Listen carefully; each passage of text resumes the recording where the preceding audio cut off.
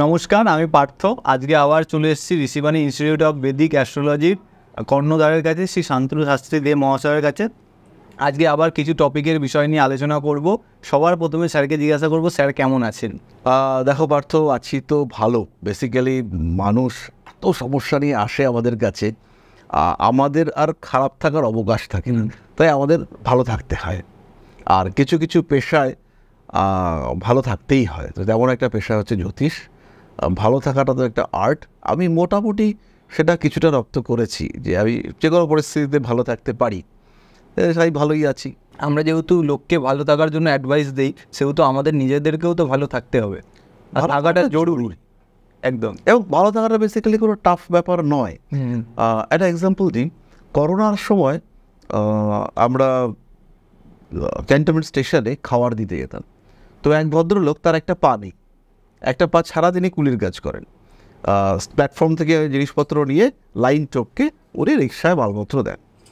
তো ওনাকে গিয়ে জিজ্ঞেস করলাম, একদিন খাবার দিয়েছি, তারপরের দিন খাবার দিতে যাইনি, তারপরের দিন গিয়ে খাবার দিয়েছি, দিয়ে হঠাৎ করে কি মনে হলো, জিজ্ঞেস করলাম, কাকা কেমন আছো? এই তো ভাই ভালো আছি, তোমরা খাবার নিয়ে এসছো, আজকে খাবো, কালকে আর খাওয়া হয়নি সারাদিন। একটা পা নেই, একটা দিন সারা দিন উনি খাননি, তারপরে উনি বলছেন হ্যাঁ এই তো ভাই ভালো আছি। এই যে ওয়ার্ডটা, আমি ভালো আছি, যতটুকু পেয়েছি বা যতটুকু পাইনি, পুরোটাই আমার কর্মা, এটা যদি আমরা বিশ্বাস করে নিই, তাহলে আমাদের কিন্তু ভালো থাকাটা ইজি হবে। যত আমাদের কম্পিটিশান মাথার মধ্যে আসবে, এই পাশের বাড়ি 3 তলা করে ফেললো, আমার বাড়িতে 1 তলা, পাশের বাড়িতে বিশাল বড় একটা ফ্রিজ চলে এলো, আমার বাড়িতে নেই, আরে ওর বাড়িতে 3টে এসি, আরে আমার বাড়িতে নেই, আরে ওই লোকটা একটা গাড়ি কিনেছে, আমার এখনও স্কুটি চালাতে হচ্ছে, স্কুটির পেছন থেকে আবার ধোঁয়া বেরোয়। এরকম ব্যাপারগুলো যত দিন আমাদের মাথার মধ্যে কষ্ট দেবে, ততদিন আমাদের কষ্ট শেষ হবে না। কারণ আমার থেকে বড়, তার থেকে বড়, তার থেকে বড়, তার থেকে বড়, এক এক করে ওভারকাম করতে, এক এক করে অতিক্রম করতে করতে করতে করতে উঠতেও থাকি, তাহলেও একটা সময় গিয়ে থামতে হবে। তখনও আমি দেখব আমার ওপরে কেউ আছে। কিছু না কিছু বিষয় নিয়ে কারণ না কারণ আমি পেছনে পড়ে আছি। মানে অনেক বন্ধুর উদাহরণ দিতে হয়, মজার ব্যাপার। তো সেই ভদ্রলোক, সে দুঃখী, রিয়েলি দুঃখী। তো সে বলছে, এই তো শান্তনু একটা গাড়ি কিনেছে। আমার সঙ্গে গাড়ি নিয়ে কম্প্যারিজন।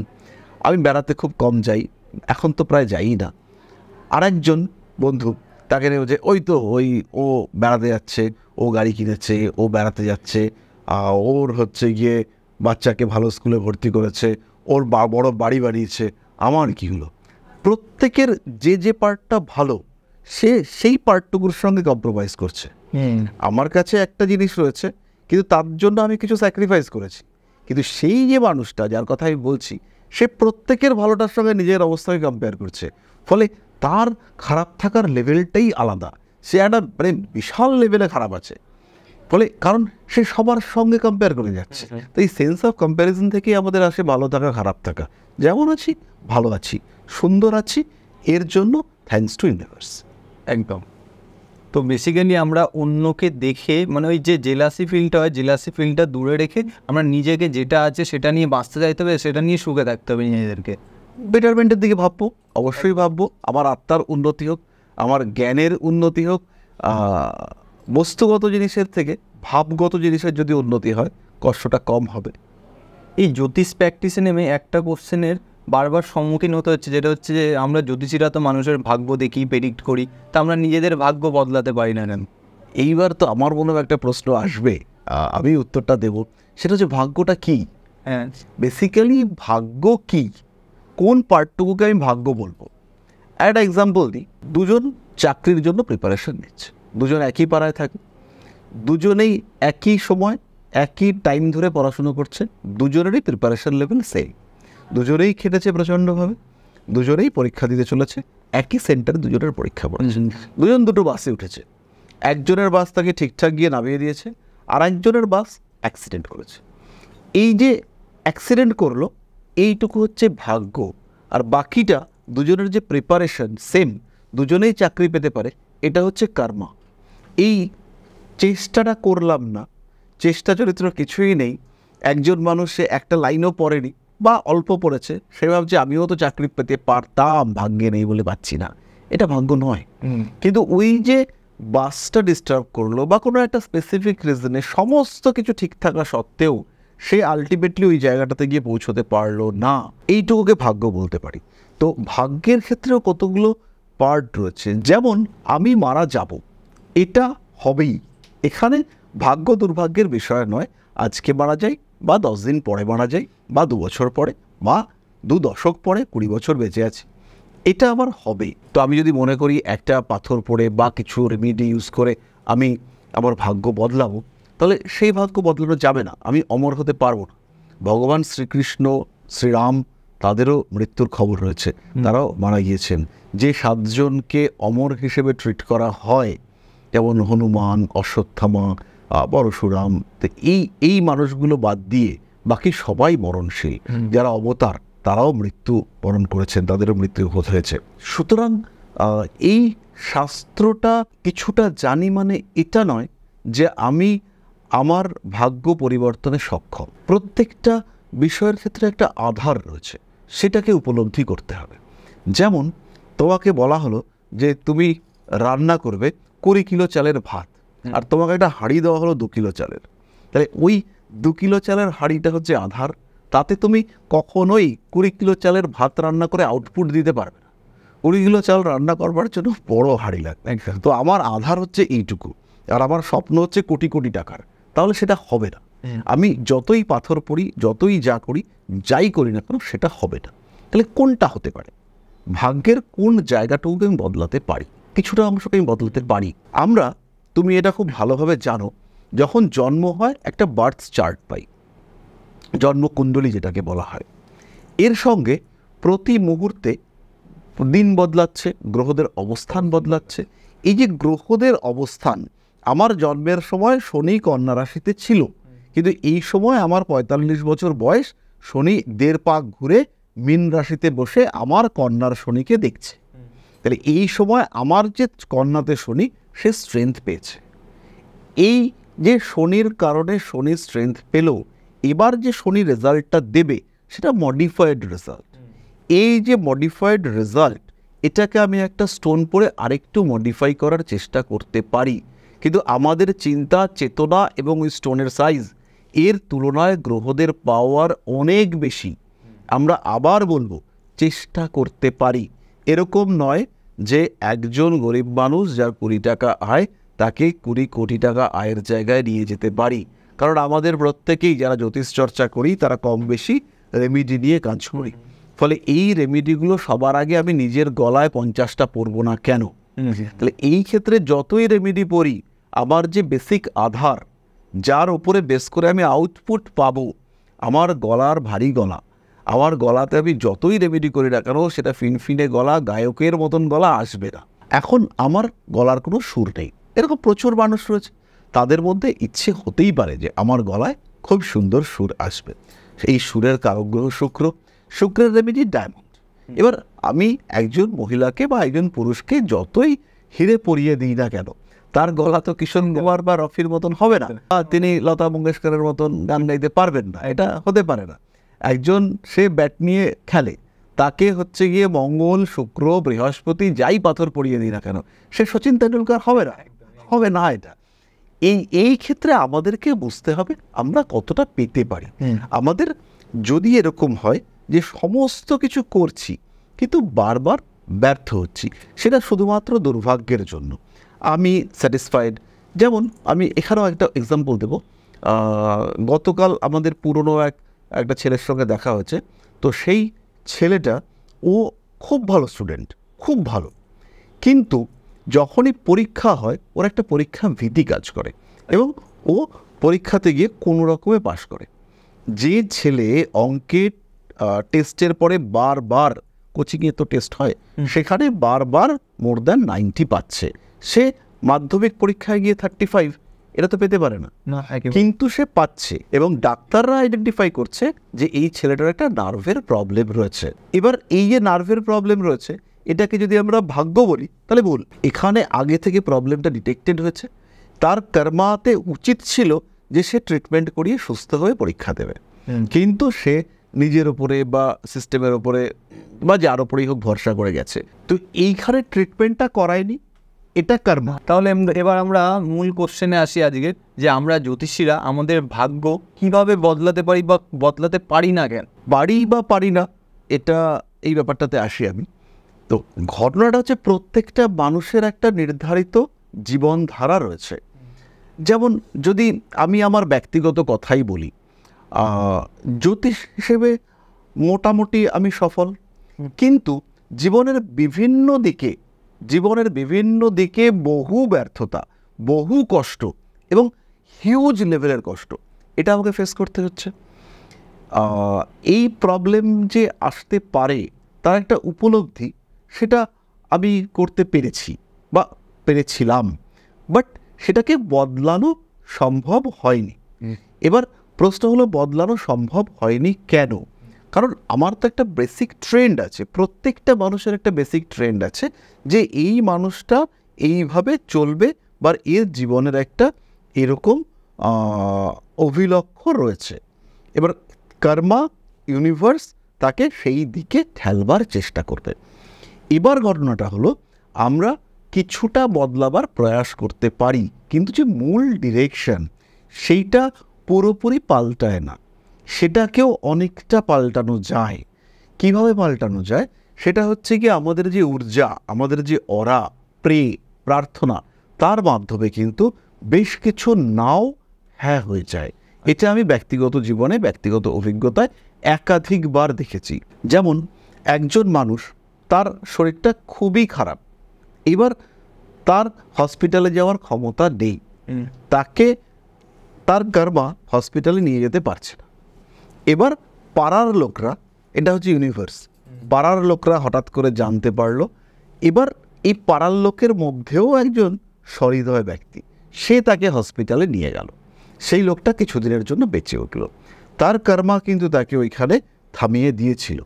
বাট ইউনিভার্স চাইলো যে মানুষটার ইমপ্রুভমেন্ট হোক। আমাদের কাছে যারা দেখাতে আসেন তাদের মধ্যে অনেকেরই একটা প্রশ্ন থাকে, আমার বাবা বা মা কতদিন বাঁচবেন বা কেমন থাকবেন। একদম। তো তাদের মধ্যে এই যে ইচ্ছা আমার বাবা মা ভালো থাকুন, আরও বেশি দিন থাকুন, এই ইচ্ছেটার একটা অরা রয়েছে। তো সেই অরা বা সেই পজিটিভিটি সেটা কিন্তু অনেক নেগেটিভিটিকে কাটিয়ে দিতে পারে। এটা ফ্যাক্ট, এর পেছনে সায়েন্স খুঁজলে আমার কাছে উত্তর নেই, কিন্তু এটা ফ্যাক্ট যে আমরা অনেক সময় ম্যানিফেস্টেশন করি যে আমার এটা হোক, আমার এটা হোক, আমার এটা যেন হয়। যদি কর্মর দ্বারাই আমাদের ভাগ্য পরিবর্তন হয়, তাহলে তো অনেক মানুষ আছে খুব কঠোর পরিশ্রম করে সমাজে, তো তাদের ভাগ্য তো বদলায় না। যেমন সমাজের নিচু স্তরের যারা ব্যক্তি আছে তারা তো প্রচুর পরিশ্রম করে, সেই সকালবেলা দিয়ে রাত্রির অবধি পরিশ্রম করে, তাদের ভাগ্য তো খুব বেশি পরিবর্তন হতে দেখা যায় না। এই প্রশ্নের উত্তর দিয়েই তো আমরা আজকের আলোচনা শুরু করলাম। আমাদের বিষয়টা হলো আধার, মানুষটা কতটা পেতে পারে এইটা নির্ধারিত হবে তার জন্মকুণ্ডলী দ্বারা। হতেই পারে একই সময় একাধিক মানুষের জন্ম হয়েছে, কিন্তু তার সঙ্গেও তার যে পরিবার, তার সঙ্গে তার যে এনভায়রনমেন্ট, একই সময় দুটো বাচ্চার জন্ম হলো, একটা হসপিটালে জন্ম হলো আর একটা একদম সাধারণ হসপিটালের পেছনে বস্তিতে জন্ম হলো, ন্যাচারাল ডেলিভারি। এই দুজনের ক্ষেত্রে জন্মকুণ্ডলী একই রকম, কিন্তু স্থান, কাল, পাত্র, পরিবেশ, এনভায়রনমেন্ট এগুলো ডিফারেন্ট। ফলে প্রত্যেকটা বিষয় সাপোর্ট করবে যে ভাগ্য কতটা বদলাবে বা ভাগ্য কতটা কীরকম কী হতে পারে, কোন দিকে মানুষটা যেতে পারে। তাহলে এই আধার তৈরি হবে, এই আধারকে আমরা কয়েকটা বিষয়ের মাধ্যমে নির্ধারিত করতে পারি। একটা হচ্ছে এই মানুষটা ব্যক্তিগতভাবে কীরকম, দ্বিতীয় হচ্ছে এই মানুষটার এনভায়রনমেন্ট বা এই মানুষটার যে পার্সোনালাইজড ইউনিভার্স সেইটা কেমন, এর বাবা, এর মা, এর বন্ধু বান্ধব, ভাই বোন বা ঘর বাড়ি যেগুলো এ ইউজ করছে সেই বিষয়গুলো, এবং লাস্টলি হচ্ছে গিয়ে এর এই সমস্ত কিছু মিলে আলটিমেটলি তার যা এনভায়রনমেন্ট, তার যা কারবা ক্রিয়েটেড হলো, তার সঙ্গে সঙ্গে সে নিজে কি করছে, তার নিজের ইচ্ছে, তার নিজের চিন্তা, সেটা কিন্তু তার সম্পূর্ণ ব্যক্তিগত। সে কি ভাবছে, সেই ভাবনাটাকে কীভাবে ইউটিলাইজ করছে, তাহলে এই সমস্ত ফ্যাক্টরগুলো যখন হচ্ছে তখন তাকে আমরা সংযুক্তভাবে বলছি ভাগ্য।